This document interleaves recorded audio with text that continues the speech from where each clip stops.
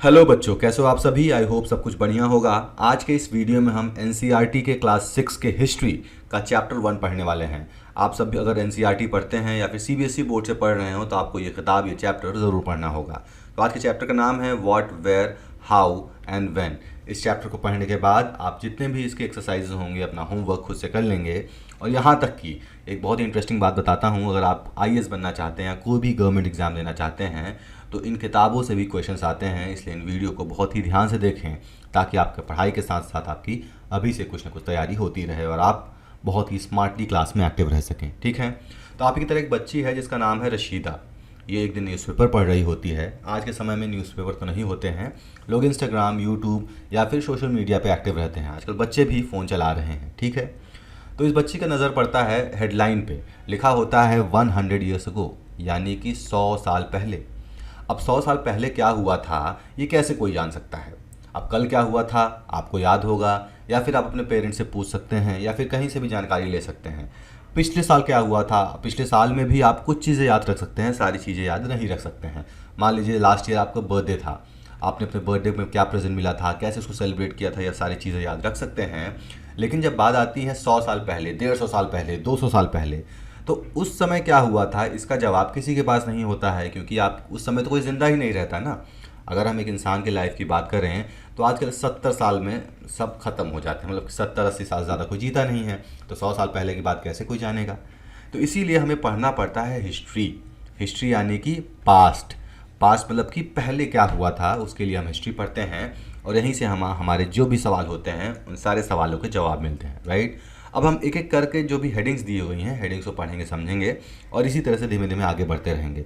आप मेरे साथ जुड़े रहेंगे तो आपको चीज़ें धीमे धीमे इंटरेस्टिंग लगेंगी। शुरू में हो सकता है मैं थोड़ा बोरिंग लगूँ, लेकिन जब आप पढ़ने लगेंगे तो आपको मेरे साथ बहुत ही मज़ा आने वाला है। ठीक है, अब यहाँ पर लिखा है येस्टरडे। येस्टरडे यानी कल क्या हुआ था। तो जैसा कि मैंने बताया, आप अपना मोबाइल उठाइए, न्यूज़पेपर पढ़िए, जो भी देखे आपको कल के बारे में पता चल जाएगा। लास्ट ईयर क्या हुआ था, सिमिलरली आप किसी से पूछ सकते हैं जिसको याद रहे, या फिर वही तरीके हैं आप देख सकते हैं। अब थोड़ा जब हम आगे बढ़ेंगे, इसको हम थोड़ा आगे बढ़ाते हैं।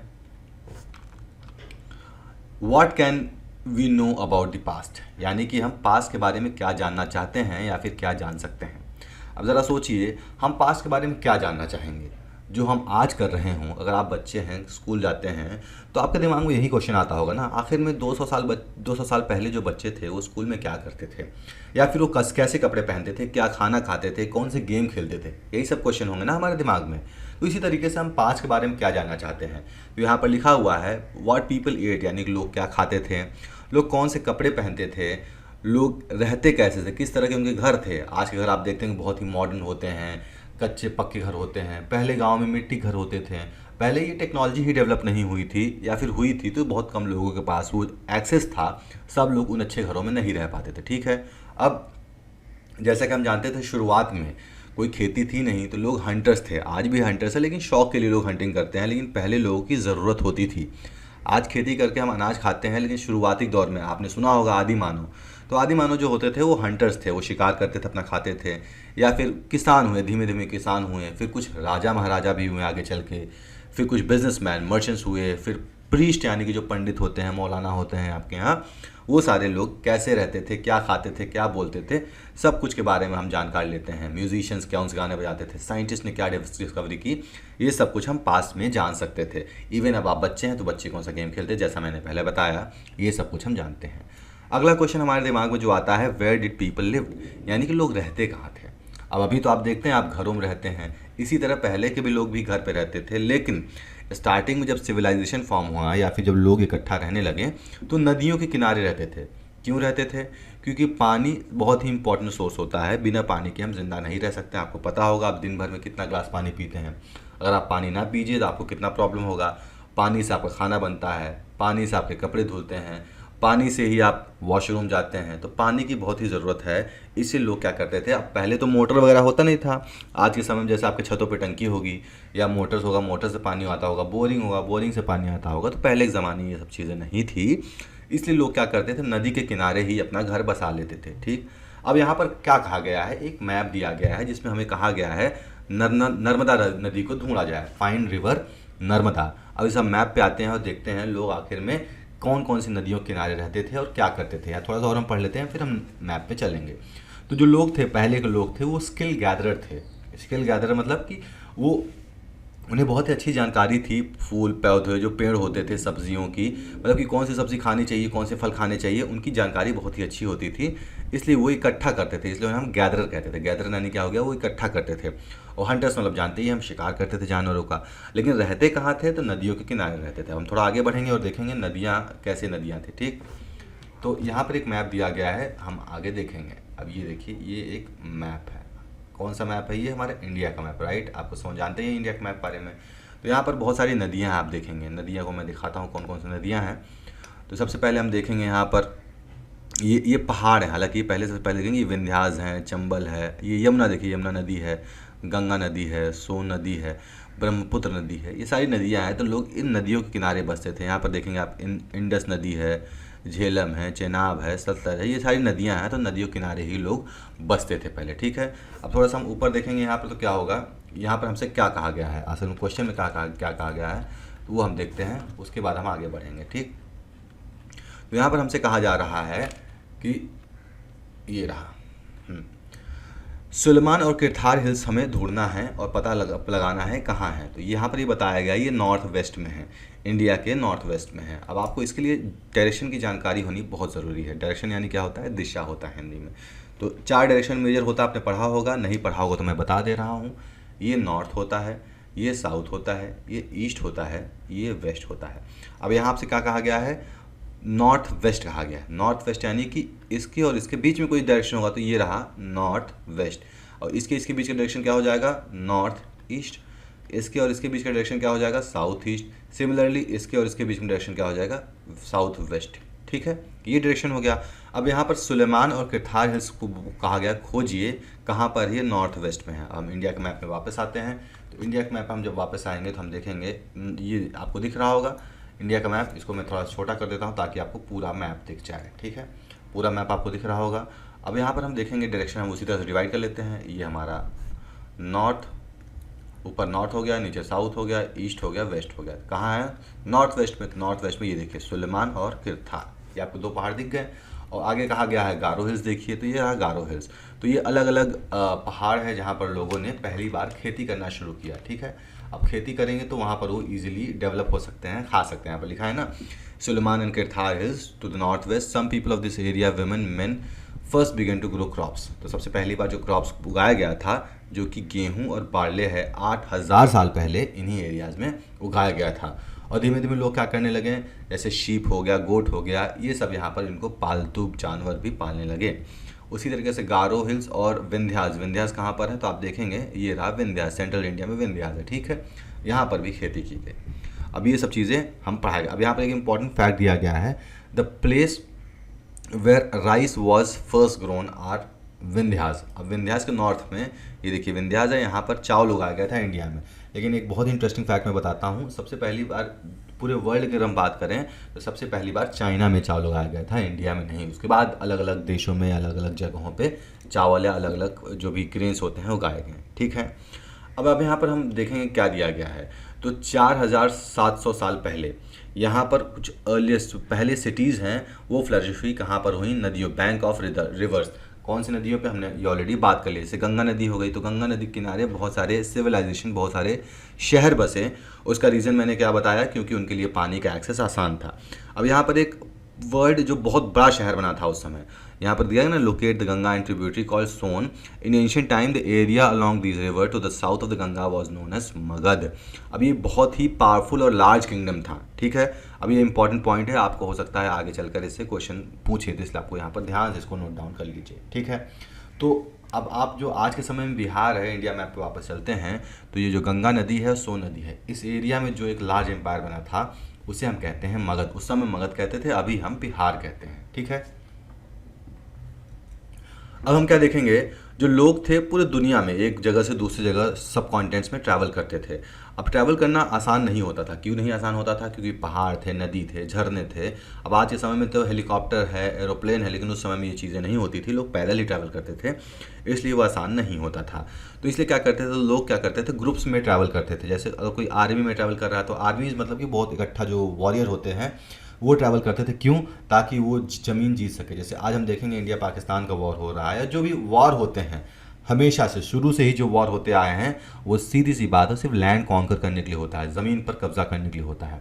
देखते हैं ना हम, इंडिया पाकिस्तान की लड़ाई कश्मीर के लिए होती है। क्यों होती है? क्योंकि ज़मीन ही तो है, ज़मीन के लिए कब्जा होता है, इसीलिए लड़ाई होती थी।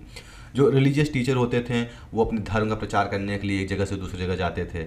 उसी तरह से कुछ एडवेंचर भी करते थे भाई साहब, जैसे आज भी एडवेंचर लोग करते हैं ना, उस तरह उस ज़माने में लोग एडवेंचर करके ट्रैवल करते थे। ठीक है, अब आज क्यों लोग ट्रैवल करते हैं? तो वही सिंपल रीज़न है, किसी का एडवेंचर काम है, किसी का बिजनेस काम है, सबका अलग अलग पर्पस होता है ट्रैवल करने के लिए। अब इंडिया का नाम आखिर में कैसे पड़ा? यहाँ पर हमें पूछा गया है नेम ऑफ द लैंड। तो हम जनरली इंडिया को दो नाम से बुलाते हैं, या इंडिया कहते हैं या भारत कहते हैं। तो सबसे पहला जो नाम आया इंडिया, या फिर ये कहाँ से आया? तो इंडस नदी है, इंडस नदी, जिसको हमने अभी देखा ऑलरेडी मैप में। फिर से मैप पे चलते हैं तो यहाँ पर देखेंगे हम, इंडस नदी है। ठीक, अब जो ईरान और ग्रीक के लोग थे उनको इंडस के बारे में पहले से थोड़ा बहुत जानकारी थी।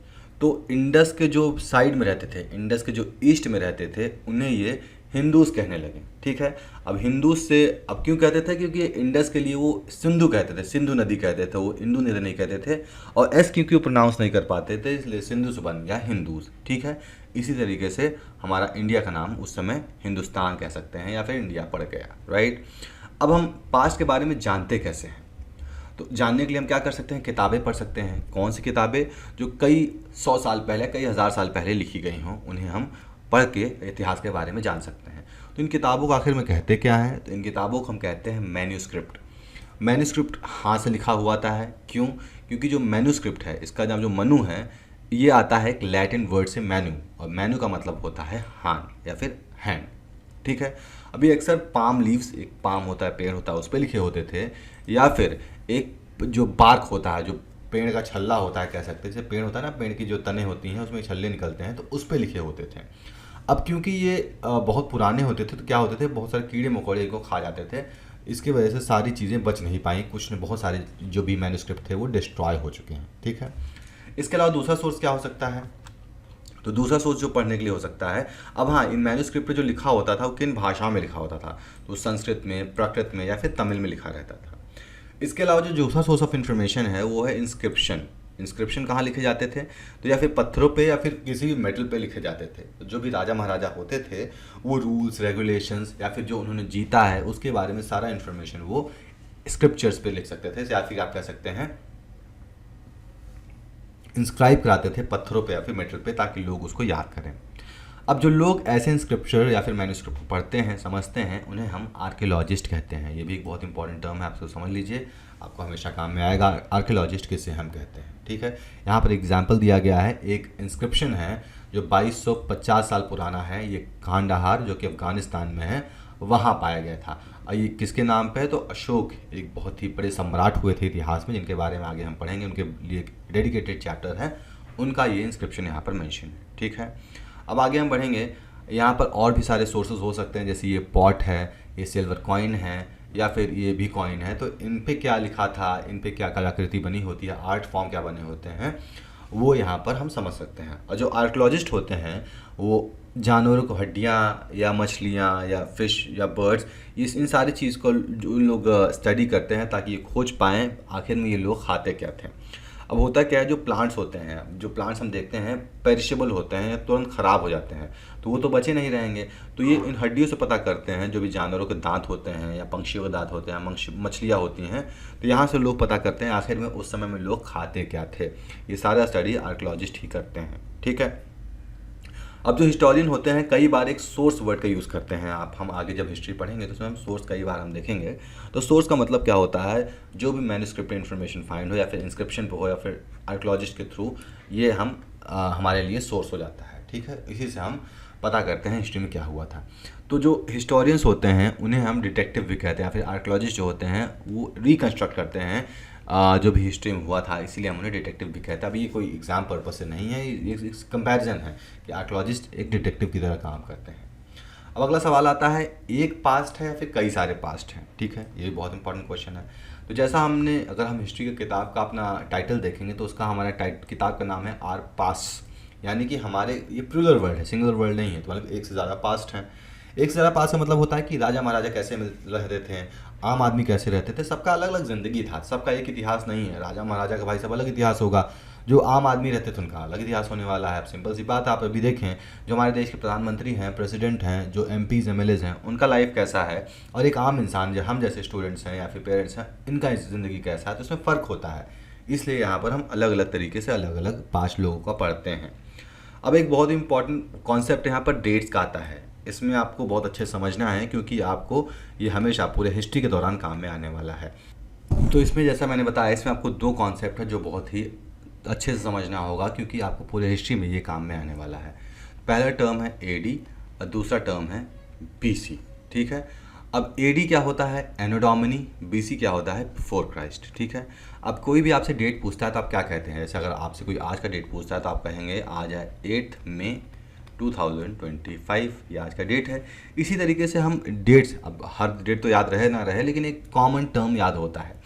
AD एनो डोमिनी मतलब क्या होता है, जो जीसस क्राइस्ट हैं, ये क्रिश्चियन, क्योंकि हम क्रिश्चियन कैलेंडर फॉलो करते हैं। कैलेंडर बहुत सारे के होते हैं, क्रिश्चियन कैलेंडर हो गया, हिंदू में आपका अशोक संवत हो गया, मुस्लिम में हिजरी संवत हो गया, तो इसी से हिजरी कैलेंडर हो गया। तो अलग अलग रिलीजन में अलग अलग कैलेंडर है, लेकिन ऑल ओवर द वर्ल्ड हम एक ही सिंगल कॉमन कैलेंडर फॉलो करते हैं, जो क्रिश्चियन कैलेंडर होता है।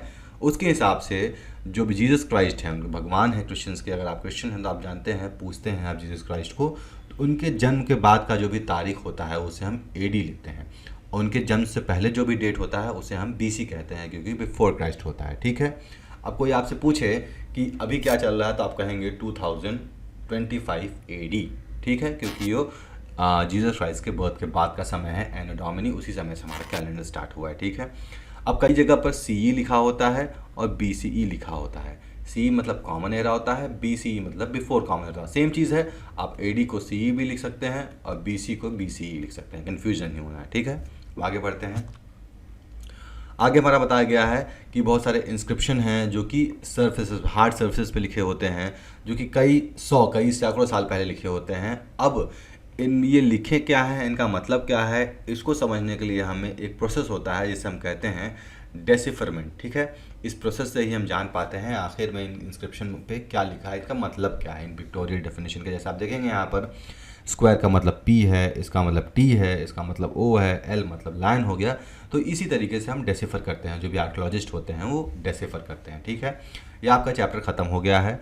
अब इसमें बहुत सारे कीवर्ड है, travelling, manuscript, inscription, archaeology, historian, source, decipherment, इन सबको हम सॉल्व भी करेंगे, लेकिन आज नहीं सॉल्व करेंगे, अगले वीडियो में सॉल्व करेंगे, ताकि आप अगला वीडियो देखें, अगला चैप्टर समझें और इसको रिवाइज़ करके आएँ, ताकि हम इनके जो भी यहाँ पर चैप्टर्स के एंड में एक्सरसाइजेस दी गई हैं, इनको हम सॉल्व कर सकें। मिलते हैं आपसे अगले वीडियो में in next chapter. Till then, good bye.